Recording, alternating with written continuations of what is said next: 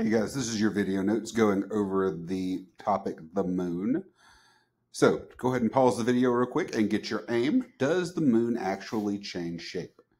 So as we go through this, be sure you pause the video as needed for you guys to be able to complete your notes if you get behind or need another moment. All right, so let's get started with delving into the moon. So before we delve into this though, let's lay down some foundational knowledge about our lunar neighbor. So did you know that the moon doesn't make its own light? It's actually just light that's reflected from the sun, which is why it shines so brightly in our sky. All right, a few fun facts. So the moon is about 238,900 miles away from the Earth on average.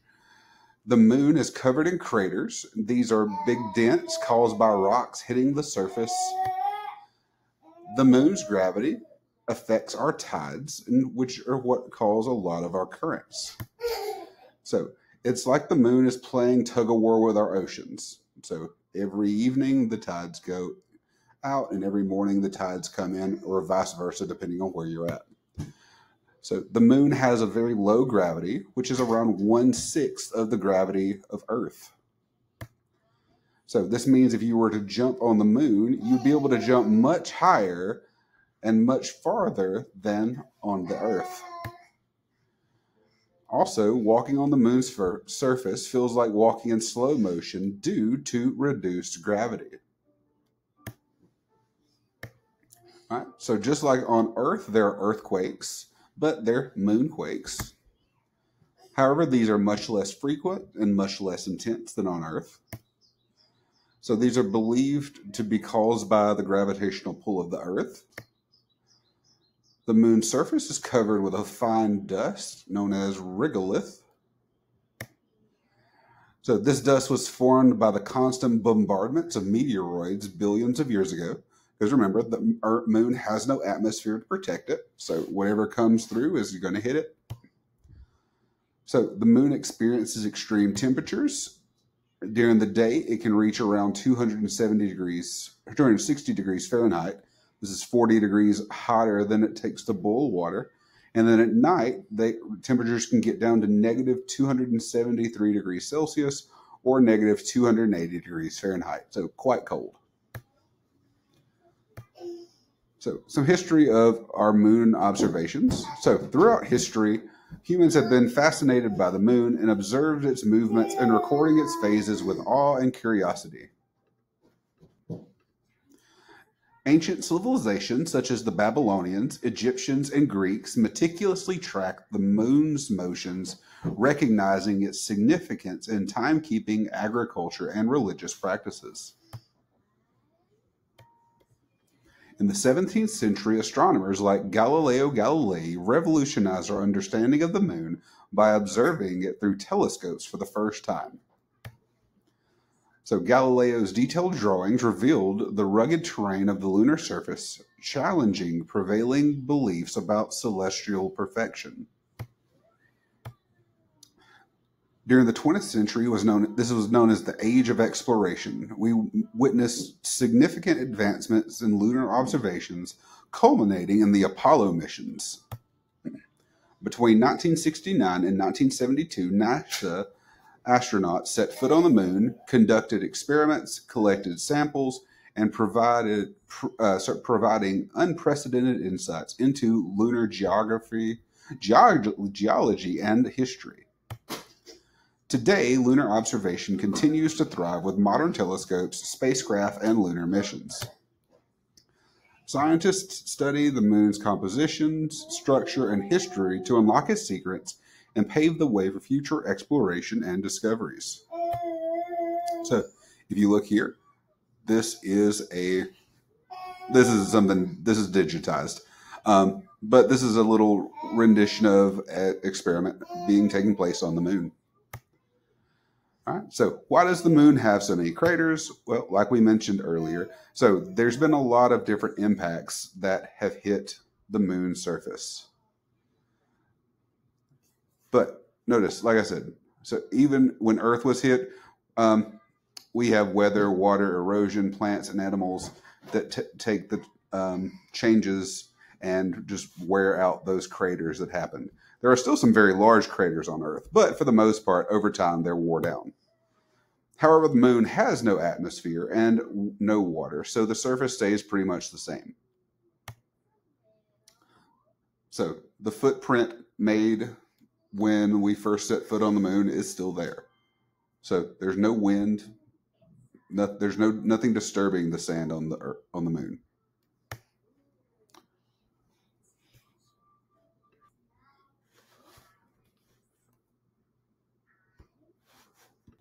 All right, so this video is just kind of showing you how when the moon is rotating around the Earth, the Earth is rotating. So we're actually seeing the same side. All right, sorry about that. Had a little error with my computer here. So let's pick up with where we were here. So looking at lunar motions. So the apparently daily motion of the moon is from east to west. As the moon makes one revolution around the Earth, it makes one rotation of its axis. So this is why we always see the same side of the moon. And if you want to go on YouTube, you can search a video for this, but you'll simply see that this is why we always see the same side of the moon. All right, so here's our handy dandy Earth and Space Science reference table. And you'll notice at the bottom of your sheet, it actually has the moon as one of those items that we talked about. So if you look at the period of, well, never mind. That's not there. I thought it was. All right. So these are the two items that we're looking at when it comes to that of the moon. So notice the revolution and rotation, or the period, are the same. So this is why we always see the same side of the moon. All right. So some moon terms. So we have sidereal period. So this takes the moon 27 1/3 days to complete one revolution or orbit around the Earth. So a synodic period, this is the time required for the moon to complete a complete cycle of its phases. So this takes 29 1/2 days. So interesting fact here. So the word month comes from moonth, since people use celestial observations for time. All right. So our closest neighbor in space. So what have you noticed about the moon over its monthly cycle? So if you look up at the moon every night, you'll probably notice that the moon looks like it's changing shape every night. So it's a phase that they go through. So if you notice, over to the picture is a picture of all of the different phases that you see over the course of a given month of the moon's phases. So the amount of the lighted side that we see from the Earth varies as the moon revolves around us during 1 month of a cyclical pattern.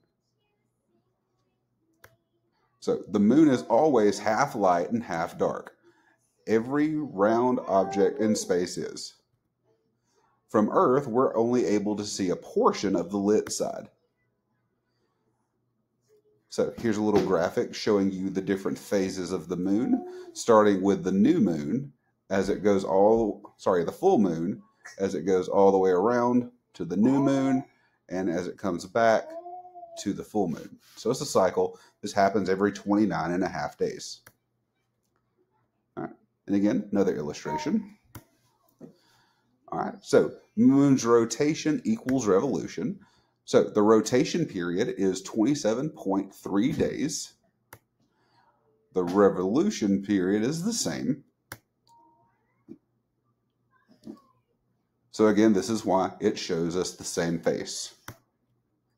All right. If you wanted to look at the velocity, since a 360 degrees would be a complete revolution around the sun, and if it goes 27.3 days, that would give us a 13% revolution per day. All right. So now let's go through and look at the moon's phases. So The new moon is an entirely lit portion where it is facing away from the earth. So there would be no visible light. So this would be the opposite of a full moon.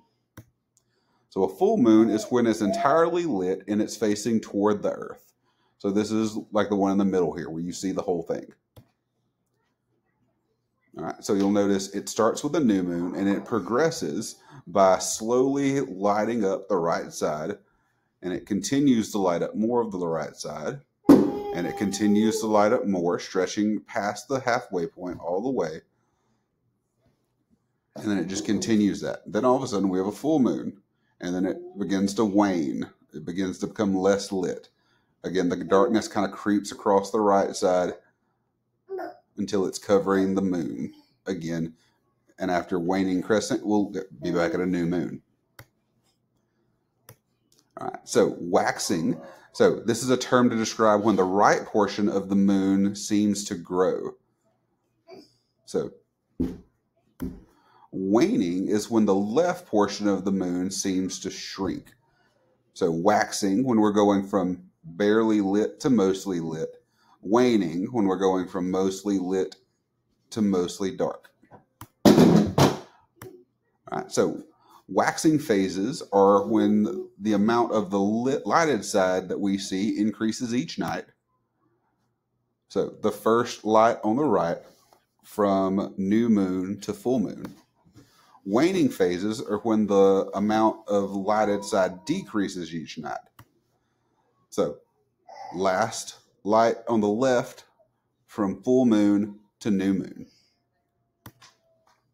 All right, so these are our major shapes of our waxing and waning shapes of the moon, crescent and gibbous. So crescent moons, phases are where you see less than half of the bright side. So notice you have waxing crescent and then waning crescent.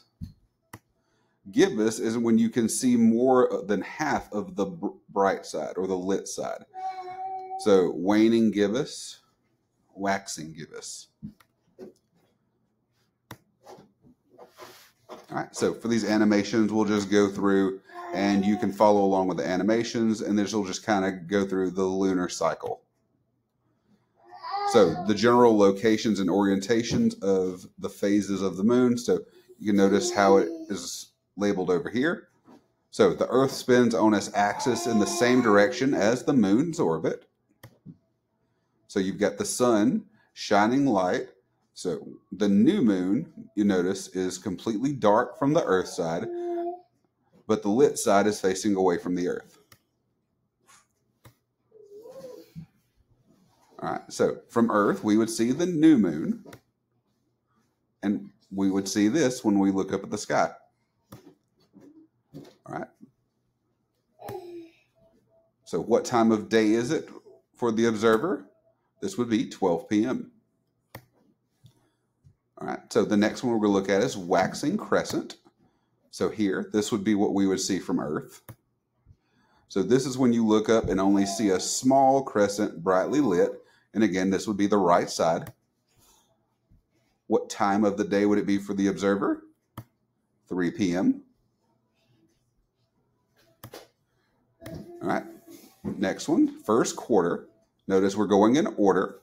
And look at the direction that we're going. So we'd see part of the moon, or about half. So this is where you can see one half of the front face of the brightly lit side of the moon. What time would it be for the observer here? 6 p.m. This would be sunset. So again, hopefully you're seeing a pattern.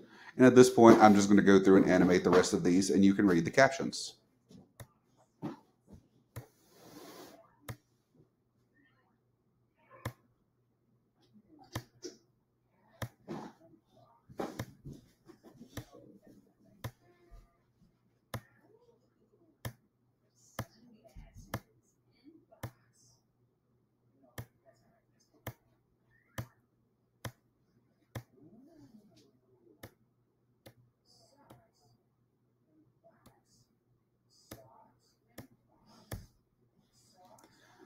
All right, guys. So that up our little presentation looking at the phases of the moon.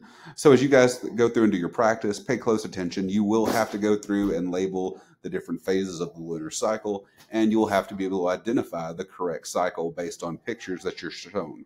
So be sure you have completed notes, and you are good to move on to the next assignment.